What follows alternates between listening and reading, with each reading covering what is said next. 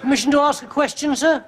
Permission granted, Baldrick, as long as it isn't the one about where babies come from. No, the thing is, the way I see it, these days there's a war on, right? And ages ago there wasn't a war on, right? So there must have been a moment when there not being a war on went away, right? And there being a war on came along.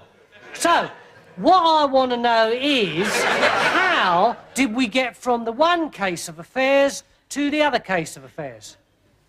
Do you mean, how did the war start? Yeah. The war started because of the vile Hun and his villainous empire building. George, the British Empire at present covers a quarter of the globe, while the German Empire consists of a small sausage factory in Tanganyika. I hardly think that we can be entirely absolved from blame on the imperialistic front. Oh, no. No, sir. Absolutely not. Man is a bicycle. I heard that it started when a bloke called Archie Duke shot an ostrich because he was hungry. I think you mean it started when the Archduke of Austro-Hungary got shot. No, there was definitely an ostrich involved, sir. Well, possibly. But the real reason for the whole thing was that it was just too much effort not to have a war. By gum, this is interesting. I always loved history. The Battle of Hastings, Henry VIII and his 6 knives, all that.